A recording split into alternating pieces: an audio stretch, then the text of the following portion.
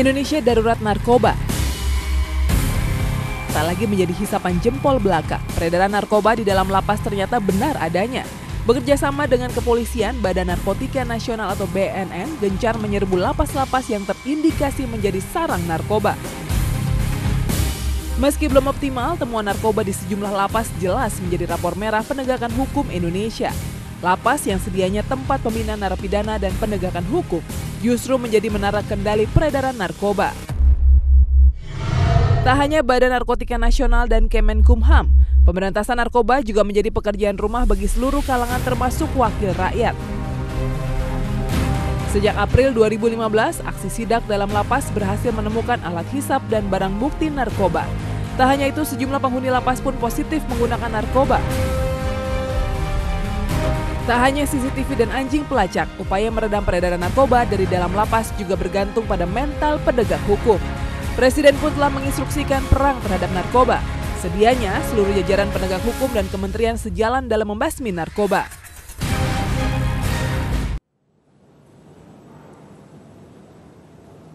Ya, pemirsa Talk to Anyus, lapas menjadi sarang narkoba, itulah judul dialog kami hari ini. Dan salah satu tamu saya adalah artis Jenny Cortez yang dulu pernah menggunakan narkoba. Jenny, berapa tahun Anda menggunakan narkoba? Dari 2007 sampai 2011 kayaknya. Waktu itu bagaimana Anda akhirnya bisa terjerat narkoba? Waktu itu sih sebenarnya karena memang tuntutan pekerjaan yang emang dulu harus... sebagai model ya? Iya, dulu kan masih jadi model kan, harus kurus, berat badan harus 49. Waktu itu berapa berat badannya? Aku waktu itu 53 itu udah kelabakan, udah makan juga sebenarnya udah nggak makan, cuma makan sayur, buah. Cuma untuk turun 49 itu susah kan. Okay. Jadinya karena kita bergaul terus sama teman-teman senior dapat info pakai itu, akhirnya pakai, ternyata oh iya bisa kurus gitu. Yang pertama kali mengenalkan narkoba ke Jenny siapa? Teman senior model. Oke. Waktu itu.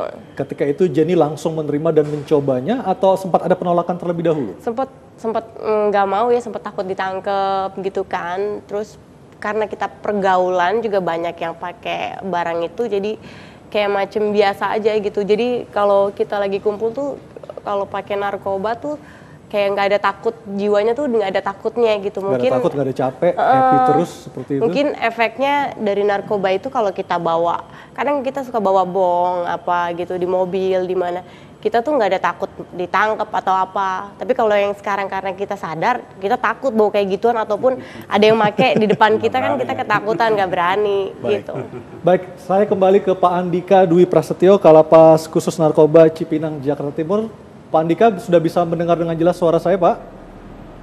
Baik, sudah terdengar dengan jelas. Baik, Pak, apa yang dilakukan oleh Lapas Cipinang agar kasus narkoba ataupun paling tidak pada narapidana kasus narkoba ini bisa menjadi orang yang sadar dan ketika keluar tidak menjadi pemakai atau pengedar lagi, Pak Andika? Baik, bisa kami jelaskan bahwa tugas dan fungsi kami di Lapas Narkotika Jakarta ini adalah yang pertama melakukan pendekatan pengamanan. Artinya bahwa kami di sini menjamin bahwa para pelanggar hukum yang ditempatkan di tempat kami ini ada di dalam lapas dalam melaksanakan pemidanaan baginya. Baik. Yang kedua, tidak melanggar atau melakukan tindak pidana kembali selama menjalani pemidanaan di lapas. Selanjutnya kami juga melakukan fungsi pembinaan. Artinya kami di sini memberikan program-program dengan pendekatan pembinaan dari beberapa aspek. Di antaranya adalah aspek kepribadian dan kemandirian. Baik, Pak Andika. Yang ketiga adalah kegiatan ataupun program rehabilitasi. Baik. Perlu kami informasikan kepada masyarakat bahwa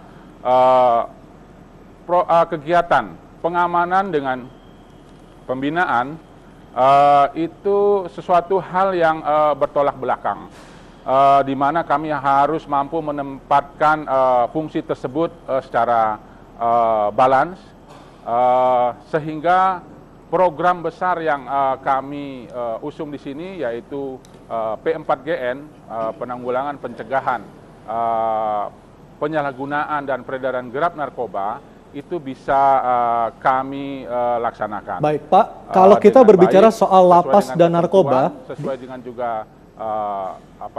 tujuan daripada organisasi, sesuai juga dengan harapan dari pimpinan kami. baik, tentunya. Pak Andika, kalau kita berbicara lapas dan narkoba di sejumlah tempat Halo? justru menjadi lapas adalah tempat bersarangnya narkoba. Apa yang menjamin atau apa jaminan bagi masyarakat lapas khusus narkoba di Cipinang ini bukan menjadi tempat atau sarang peredaran narkoba di Jakarta, Pak?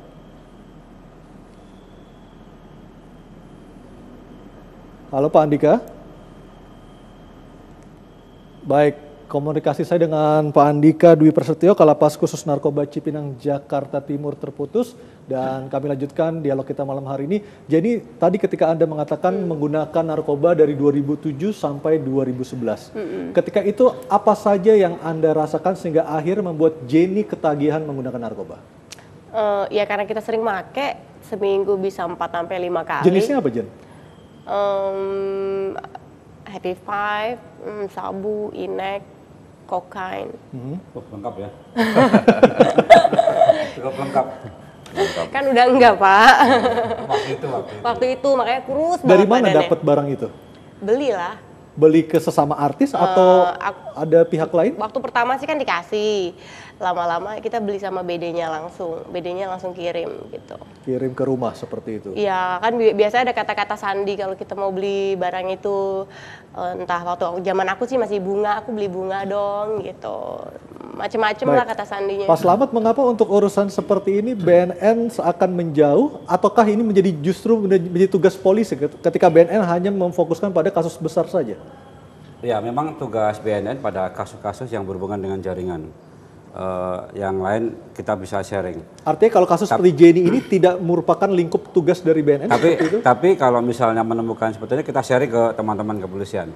Tapi kalau untuk dari sistem database intelijen itu menjadi satu bagian dari sistem dari database intelijen, kemudian masuk menjadi bahan keterangan atau bahan informasi bagi rencana penyelidikan dan rencana penyidikan. Jadi masuk. Artinya salah satu yang Anda Salah satu awasi bagian dari adalah tugas artis kita. seperti itu? Iya, termasuk. Sepanjang itu ada data, ada fakta, kemudian ada bukti, kita nggak boleh ngarang-ngarang kata orang itu nggak boleh. Baik, Pak Akbar, berapa banyak artis yang kini mendekam di penjara gara-gara narkoba, Pak Akbar? Ada punya datanya? Kalau artis itu kita tidak secara detail ya punya data. Yang jelas kita perlakukan warga binaan itu sama ya. Kita tidak peduli apakah yang bersangkutan itu artis atau itu pejabat. Tapi yang jelas dalam pemberantasan peredaran narkoba di lingkungan Lapas Rutan ini, kita sudah menetapkan ada 10 langkah ya. 10 langkah yang menjadi kebijakan Bapak Menteri dan Pak Dirjen.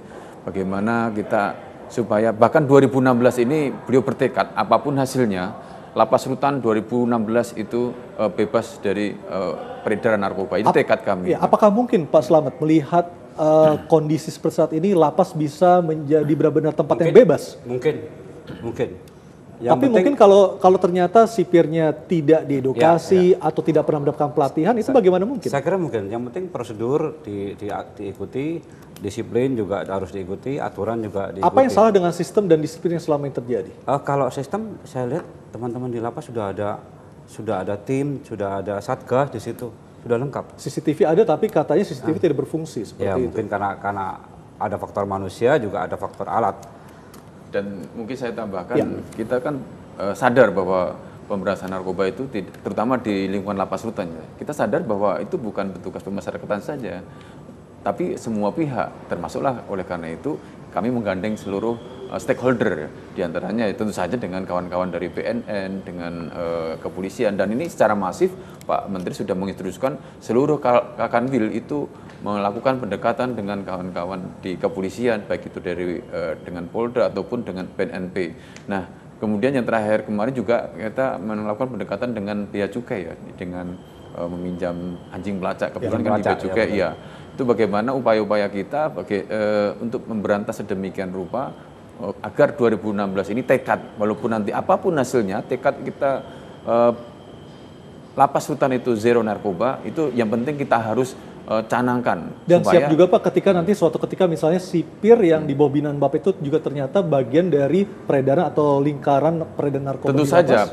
Bapak Menteri dan pimpinan kita sudah sepakat, siapapun, apalagi warga binaan ya, oknum petugas pun itu sudah apabila terjerat atau jaringan narkoba itu sudah jelas sanksinya itu pecat, tidak ada kata lain. Yaitu kalau, nah oleh karena itulah itu bagaimana supaya lapas ini bersih, ya tentu saja juga diperkuat dari luar. Kalau Tapi luar bagaimana mungkin, Pak penjelasannya kepada masyarakat? Karena di lapas itu disinyalir justru bandar bebas menggunakan HP, bandar bebas menggunakan internet sehingga mereka bisa mengendalikan bisnisnya dari dalam lapas. Nah itulah yang perlu kami sampaikan di sini. Seperti Pak Kalapas atau kebijakan kami terutama di KI lah. Itu petugas saat ini ya, mungkin baru sekitar bulan inilah ya, itu sudah menerapkan kebijakan petugas tidak boleh membawa handphone. Selama ini kan masih boleh ya, dan membawa barang-barang. Nah, awal bulan ini itu sudah melarang dan itu nanti boleh di cross check Pak Andika bahwa petugas kita itu langsung diperiksa oleh pejabat struktural, tidak boleh membawa alat komunikasi apapun. Artinya pemeriksaan itu berlangsung setiap hari, Setiap rutin hari dilakukan. dan itu pada saat pergantian regu jaga. Ini adalah salah satu komitmen kami dan kemudian tahun 2016 ini kami dari Direktorat Jenderal Pemasyarakatan juga sudah mengadakan paling tidak upaya untuk meredam ya. Ada 100 jammer dan kemudian ada 100 alat deteksi handphone ya. Itu untuk sinyal. seluruh lapas di seluruh Indonesia seperti Ya, itu. memang bertahap ya. Kami upayakan itu semuanya, tapi untuk yang sudah kami beli itu baru 100 dan kami juga sudah beli sekitar 50.000 paket tes urin. Jadi kita tidak main-main agar Satgas P4GN ini bergerak cepat mengutis seluruh warga binaan maupun dengan petugas. Kalapas, kerutannya pun kalau perlu dites urin dan itu sudah terjadi di mana-mana secara masif. Kawan-kawan di wilayah dibantu oleh dari BNNP maupun dari Polda untuk melakukan, dan itu kalau kita lihat di beberapa wilayah memang sudah sedemikian perjuangan ya, bahwa ini menyatakan perang. Pak Menteri sudah bertekad, bahkan Pak Menteri sendiri langsung turun ke lapangan beberapa waktu yang lalu, beliau ke Pontianak, ke Tanjung Gusta ya, bersama-sama dengan Pak Kepala BNN. Ya, jadi itu memang sudah tekad kita, tekad semua pemerintah untuk memberantas atau menyatakan perang terhadap narkoba. Ya. Pak Slamet, seberapa parah sih peredaran narkoba di lapas untuk saat ini? Iya, Pak Budi Waseso menyampaikan apabila pengendali dari lapas itu bisa ditekan, dikurangi, beliau berpendapat bahwa akan mengurangi angka peredaran gelap sekitar 50%. 50% Ya, jumlah yang sangat signifikan, Pak. Iya, itu estimasi beliau. Dan ternyata memang betul bahwa beberapa penangkapan itu berawal dari